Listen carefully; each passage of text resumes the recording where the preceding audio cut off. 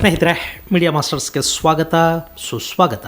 ಗೆಳೆಯರೆ, ಭಾರತದ ಬತ್ತಳಿಕೆಗೆ ಮತ್ತೊಂದು ದಿವ್ಯಾಸ್ತ್ರ ಸೇರ್ಪಡೆ ಆಗ್ತಾ ಇದೆ. ಸೋಮವಾರ ಅದರ ಪರೀಕ್ಷೆಗಳು ಯಶಸ್ವಿಯಾಗಿವೆ ಅಂತ ರಾಷ್ಟ್ರಾಧ್ಯಕ್ಷೆ ಶ್ರೀಮತಿ ದ್ರೌಪದಿ ಮುರ್ಮು ಟ್ವೀಟ್ ಮೂಲಕ ತಿಳಿಸಿದ್ದಾರೆ. ಅದೊಂದು ಆಯುಧ ಭಾರತದ ಮಿಸೈಲ್ ಶಕ್ತಿಯನ್ನ ಹೆಚ್ಚು ಮಾಡುತ್ತೆ.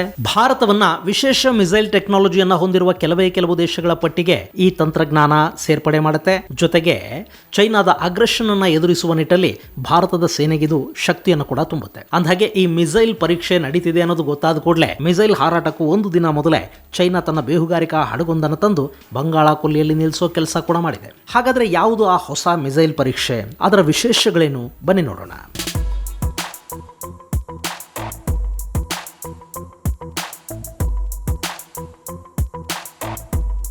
ಗೆಳೆಯರೆ, ಸೋಮವಾರ ಭಾರತ ಒಡಿಶಾದ ಡಾಕ್ಟರ್ ಅಬ್ದುಲ್ ಕಲಾಂ ದ್ವೀಪದಲ್ಲಿ ಅಗ್ನಿ 5 ಮಿಸೈಲ್ನ ಯಶಸ್ವಿ ಪರೀಕ್ಷೆಗಳನ್ನು ಮಾಡಿ ಮುಗಿಸಿದೆ. ಇಲ್ಲಿ ಅಗ್ನಿ ಸಿರೀಸ್ ಮಿಸೈಲ್ಗಳ ಪರೀಕ್ಷೆ ಭಾರತಕ್ಕೆ ಹೊಸತಲ್ಲ. ಈಗಾಗಲೇ 4 ಮಾದರಿಯ ಅಗ್ನಿ ಮಿಸೈಲ್ಗಳು ಭಾರತದ ಬತ್ತಳಿಕೆಯಲ್ಲಿವೆ. ಆದರೆ ಈಗ ಮಾಡಿರೋದು ಮಲ್ಟಿಪಲ್ ಇಂಡಿಪೆಂಡೆಂಟ್ಲಿ ಟಾರ್ಗೆಟಬಲ್ ರೀ ಎಂಟ್ರಿ ವೆಹಿಕಲ್ MIRV ಟೆಕ್ನಾಲಜಿಯನ್ನು ಹೊಂದಿರುವ ಅಗ್ನಿ ಮಿಸೈಲ್ ಪರೀಕ್ಷೆ. ಹಾಗಾದ್ರೆ ಈ MIRV ಅಂದ್ರೆ ಏನು? ಇದರ ಮಹತ್ವ ಏನು? ಗೆಳೆಯರೆ, ಅಗ್ನಿ ಅನ್ನೋದು ಭಾರತದ ಮಿಸೈಲ್ಗಳ ಶಕ್ತಿಯನ್ನ ಹೆಚ್ಚು ಮಾಡ್ತಾ ಇರೋ ದಿವ್ಯಾಸ್ತ್ರ ಅನ್ನೋದ್ರಲ್ಲಿ ಎರಡು ಮಾತಿಲ್ಲ. ನಮ್ಮಲ್ಲಿ ಸಾಕಷ್ಟು ಮಿಸೈಲ್ಗಳು, ಏರ್ ಡಿಫೆನ್ಸ್ ಸಿಸ್ಟಮ್ಗಳು ಇವೆ. ಈ ಹಿಂದೆ ನಮ್ಮ ಪಕ್ಕದ ಪಾಕಿಸ್ತಾನವನ್ನ ಗಮನದಲ್ಲಿಟ್ಕೊಂಡು ಭಾರತ ತನ್ನ ಆಯುಧಗಳ ಭಂಡಾರವನ್ನು ತುಂಬಿಸ್ಕೊಳ್ತಾ ಇತ್ತು. ಯಾಕೆಂದ್ರೆ ನಾವು ಪಾಕಿಸ್ತಾನದ ಜೊತೆ ಸಾಕಷ್ಟು ಯುದ್ಧಗಳನ್ನ ಮಾಡಿದ್ವಿ ಮತ್ತು ಮುಂದೆ ಕೂಡ ಪಾಕಿಸ್ತಾನದ ಜೊತೆ ಯುದ್ಧ ಮಾಡಬೇಕಾಗಿ ಬರಬಹುದು. ಹೀಗಾಗಿ ಪಾಕಿಸ್ತಾನವನ್ನು ಮಟ್ಟ ಹಾಕೋದಕ್ಕೆ ಬೇಕಾದ ಆಯುಧ ಶಕ್ತಿಯನ್ನ ಬೆಳೆಸ್ಕೋಬೇಕು ಅನ್ನೋದು ಅವತ್ತು ಭಾರತದ ಗುರಿಯಾಗಿತ್ತು. ಆದರೆ ಭಾರತದ ಸೇನೆ ಪಾಕಿಸ್ತಾನಕ್ಕಿಂತಲೂ ಹೆಚ್ಚಿನ ಅಪಾಯ ಚೈನಾ ಕಡೆಯಿಂದ ಉಂಟಾಗುತ್ತೆ ಅನ್ನೋದನ್ನ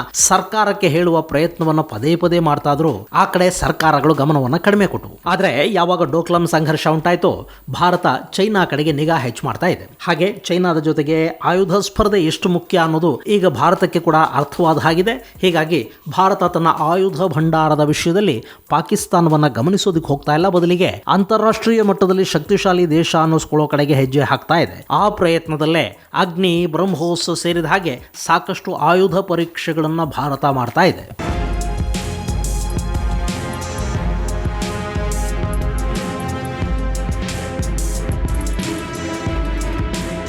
ಇನ್ನು ಈ ಅಗ್ನಿಯ ವಿಷಯಕ್ಕೆ ನಾವು ಬರೋದಾದ್ರೆ, ಅಗ್ನಿ ಮಿಸೈಲ್ನ ತಯಾರಿ ಆರಂಭವಾಗಿದ್ದು 80ರ ದಶಕದ ಕೊನೆ ಕಾಲಘಟ್ಟದಲ್ಲಿ. ಆನಂತರ ಅಗ್ನಿ 1, 2, 3, 4 ಹೀಗೆ ಸಾಲು ಅಗ್ನಿ ಮಿಸೈಲ್ಗಳ ಪರೀಕ್ಷೆ ನಡೀತು. ಅಗ್ನಿ 4 ಪರೀಕ್ಷೆ ಕೂಡ ನಡೆಸಲಾಯಿತು. ಇವತ್ತು ನಮ್ಮಲ್ಲಿ 700 ಕಿಲೋಮೀಟರ್ ರೇಂಜ್ನಿಂದ ಸುಮಾರು 3,500 ಕಿಲೋಮೀಟರ್ ರೇಂಜ್ ವರೆಗಿನ ಅಗ್ನಿ ಮಿಸೈಲ್ಗಳಿವೆ.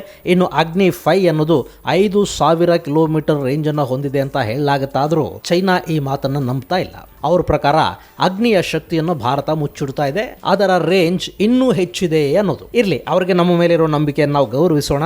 ಹಾಗೆ 2021ರಲ್ಲಿ DRDO ಅಗ್ನಿ P ಅನ್ನೋ ಮಿಸೈಲ್ ಅನ್ನು ಕೂಡ ಯಶಸ್ವಿಯಾಗಿ ಪರೀಕ್ಷೆ ಮಾಡಿತು. ಇದೊಂದು ಕ್ಯಾನಿಸ್ಟರೈಸ್ಡ್ ಮಿಸೈಲ್ ಆಗಿದ್ದು ಸುಮಾರು 1,000ದಿಂದ 2,000 ಕಿಲೋಮೀಟರ್ ರೇಂಜ್ ಅನ್ನ ಇದು ಹೊಂದಿದೆ ಅಂತ DRDO ಹೇಳ್ಕೊಳ್ಳುತ್ತೆ. ಇದರ ವಿಶೇಷ ಏನು ಅಂದ್ರೆ, ಇದನ್ನ ಎಲ್ಲಿಗೆ ಬೇಕಾದರೂ ಸುಲಭವಾಗಿ ಕ್ಯಾರಿ ಮಾಡೋದಕ್ಕೆ ಸಾಧ್ಯ ಆಗುತ್ತೆ.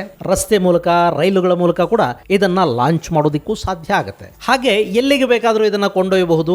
ಅತ್ಯಂತ ಶೀಘ್ರವಾಗಿ ಇದನ್ನ ನಿರ್ದಿಷ್ಟ ಪ್ರದೇಶಕ್ಕೆ ತಗೊಂಡು ಹೋಗಿ ಅಲ್ಲಿ ನಿಯೋಜಿಸಿ ಫೈರ್ ಮಾಡೋದಕ್ಕೆ ಹೆಚ್ಚಿನ ಕಾಲ ಮತ್ತು ಶ್ರಮ ಬೇಕಾಗೋದಿಲ್ಲ. ಹೀಗೆ ನಾನಾ ರೀತಿಯ ಅಗ್ನಿ ಮಿಸೈಲ್ಗಳನ್ನು ತಯಾರು ಮಾಡಿರೋ ಭಾರತ ಈಗ ಮಾಡಿರೋದು ಮತ್ತೊಂದು ವಿಶೇಷ ಪರೀಕ್ಷೆ. ಈ ಅಗ್ನಿ 5,000 ಕಿಲೋಮೀಟರ್ ರೇಂಜ್ ಅನ್ನ ಹೊಂದಿದೆ ಅನ್ನೋದು ಮಾತ್ರ ಅಲ್ಲ, ಅದಕ್ಕೆ MIRV ಟೆಕ್ನಾಲಜಿಯನ್ನು ಕೂಡ ಕೊಡಲಾಗಿದೆ. ಹಾಗಾದ್ರೆ ಏನಿದು MIRV ತಂತ್ರಜ್ಞಾನ?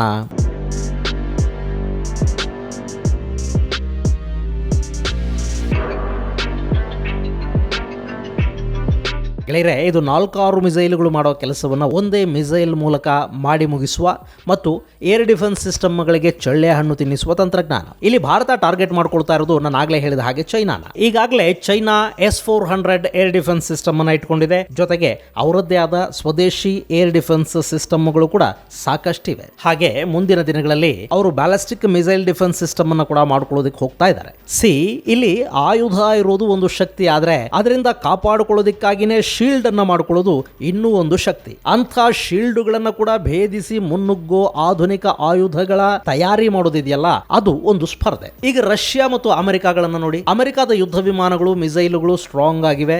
ಹಾಗೆ ರಷ್ಯಾದ ಬಳಿ ಅತ್ಯದ್ಭುತವಾದ ಏರ್ ಡಿಫೆನ್ಸ್ ಸಿಸ್ಟಮ್ ಇದೆ. ಅಮೆರಿಕ ಬಲಿಷ್ಠ ಆಯುಧಗಳನ್ನ ಮಾಡಿದಷ್ಟು ರಷ್ಯಾ ಬಲಿಷ್ಠ ಏರ್ ಡಿಫೆನ್ಸ್ ಸಿಸ್ಟಮ್ ಅನ್ನು ಮಾಡ್ತಾ ಹೋಗುತ್ತೆ. ಜೊತೆಗೆ ತನ್ನ ಮಿಸೈಲ್ ಶಕ್ತಿಯನ್ನು ಕೂಡ ರಷ್ಯಾ ಹೆಚ್ಚು ಮಾಡ್ಕೊಳ್ತಾ ಹೋಗ್ತಾ ಇದೆ. ಇಲ್ಲಿ ಕೂಡ ನಾಳೆ ಚೈನಾ ಬ್ಯಾಲಿಸ್ಟಿಕ್ ಡಿಫೆನ್ಸ್ ವ್ಯವಸ್ಥೆಯನ್ನ ಅಳವಡಿಸಿಕೊಂಡ್ರೆ ಭಾರತದ ಬಳಿ ಅಣ್ವಸ್ತ್ರಗಳಿದ್ದೂ ಕೂಡ ಅದನ್ನು ಬಳಸೋದಕ್ಕೆ ಸಾಧ್ಯವಾಗದ ಪರಿಸ್ಥಿತಿ ನಿರ್ಮಾಣ ಆಗಬಹುದು. ಹೀಗಾಗಿ ಅವರ ಏರ್ ಡಿಫೆನ್ಸ್ಗೆ ಮಣ್ಣು ತಿನ್ನಿಸೋ ಒಂದು ತಂತ್ರಜ್ಞಾನ ಭಾರತಕ್ಕೆ ಬೇಕು. ಅದೇ MIRV, multiple independently targetable reentry vehicle technology. ಇದರಲ್ಲಿ ಏನಾಗುತ್ತೆ ಅಂದರೆ, ಒಂದು ಮಿಸೈಲ್ ಲಾಂಚ್ ಆದ ಕೂಡಲೇ ಅದರಿಂದ 10 ವಾರ್ ಹೆಡ್ಗಳು ಒಂದೇ ಸಮಯಕ್ಕೆ ರಿಲೀಸ್ ಆಗ್ತಾ ಹೋಗುತ್ತವೆ. ಅವೆಲ್ಲ ಕೂಡ ಗೈಡೆಡ್ ಬಾಂಬ್ಗಳಾಗಿರುತ್ತವೆ. ಒಂದೇ ಬಾರಿಗೆ ಬೇರೆ ಬೇರೆ ಸ್ಪೀಡ್ ಮತ್ತು ವೆಲಾಸಿಟಿಗಳೊಂದಿಗೆ ಬೇರೆ ಬೇರೆ ನಗರಗಳನ್ನು ಅವು ಟಾರ್ಗೆಟ್ ಮಾಡಿಕೊಂಡು ಮುನ್ನುಗ್ಗೋದಕ್ಕೆ ಶುರು ಮಾಡುತ್ತವೆ. ಒಂದು ಮಿಸೈಲ್ ಆದರೆ ಏರ್ ಡಿಫೆನ್ಸ್ ಸಿಸ್ಟಮ್ ಅದನ್ನು ಗುರುತಿಸಿ ಹೊಡೆದು ಹಾಕೋದಕ್ಕೆ ಸಾಧ್ಯ. ಆದರೆ ಇಲ್ಲಿ ಒಂದೇ ಬಾರಿ 10 ವಾರ್ ಹೆಡ್ಗಳು ನುಗ್ಗಿ ಬರೋದ್ರಿಂದ ಏರ್ ಡಿಫೆನ್ಸ್ ಸಿಸ್ಟಮ್ ಕೂಡ ಸ್ವಲ್ಪ ಕನ್ಫ್ಯೂಸ್ ಆಗುತ್ತೆ. ಅದು ಒಂದನ್ನೋ ಎರಡನ್ನೋ ಅಕಸ್ಮಾತ್ ಹೊಡೆದು ಹಾಕಿದ್ರು ಉಳಿದ ವಾರ್ ಹೆಡ್ಗಳು ತಮ್ಮ ಗುರಿಯನ್ನು ಮುಟ್ಟುತ್ತವೆ. ಇದು MIRV ತಂತ್ರಜ್ಞಾನ. ಗೆಳೆಯರೆ, MIRV ಅನ್ನೋದು ಜಗತ್ತಿಗೆ ಹೊಸ್ತಲ್ಲ. 1970ರ ದಶಕದಲ್ಲೇ ಅಮೆರಿಕ ಇದನ್ನು ಮಾಡಿಕೊಳ್ತು.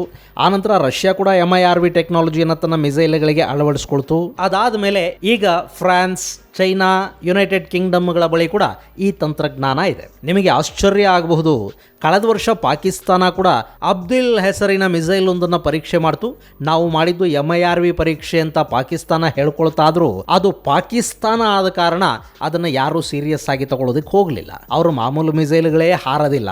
ಇನ್ನು MIRV ಏನು ಕೆಲಸ ಮಾಡಿತು, ಅಕಸ್ಮಾತ್ ಮಲ್ಟಿಪಲ್ ವಾರ್ ಹೆಡ್ಗಳು ಅಲ್ಲಿ ಲಾಂಚ್ ಆದರೂ ಅವು ಅವರದ್ದೇ ದೇಶದ ಮೇಲೆ ಬೀಳಬೇಕು ಅಷ್ಟೇ ಅಂದ್ಕೊಂಡು ಜಗತ್ತು ಸುಮ್ಮನಾಯಿತು. ಈಗ ಭಾರತ ಈ MIRVಯ ಯಶಸ್ವಿ ಉಡಾವಣಾ ಪರೀಕ್ಷೆಯನ್ನು ಮಾಡಿದೆ. ಅದರ ವಾರ್ ಹೆಡ್ಸ್ ನಿಗದಿತ ಸಮಯಕ್ಕೆ, ನಿಗದಿತ ವೇಗದಲ್ಲಿ, ನಿಗದಿತ ಗುರಿಯನ್ನ ಮುಟ್ಟಿವೆ ಅಂತ ಹೇಳಲಾಗ್ತಾ ಇದೆ. ಈ ಬಗ್ಗೆ ರಾಷ್ಟ್ರಾಧ್ಯಕ್ಷೆ ಶ್ರೀಮತಿ ದ್ರೌಪದಿ ಮುರ್ಮು ಅವರು ಹಾಗೂ ಪ್ರಧಾನಿ ನರೇಂದ್ರ ಮೋದಿ ಅವರು ಕೂಡ DRDO ವಿಜ್ಞಾನಿಗಳನ್ನು ಅಭಿನಂದಿಸಿ ಟ್ವೀಟ್ ಮಾಡಿದ್ದಾರೆ.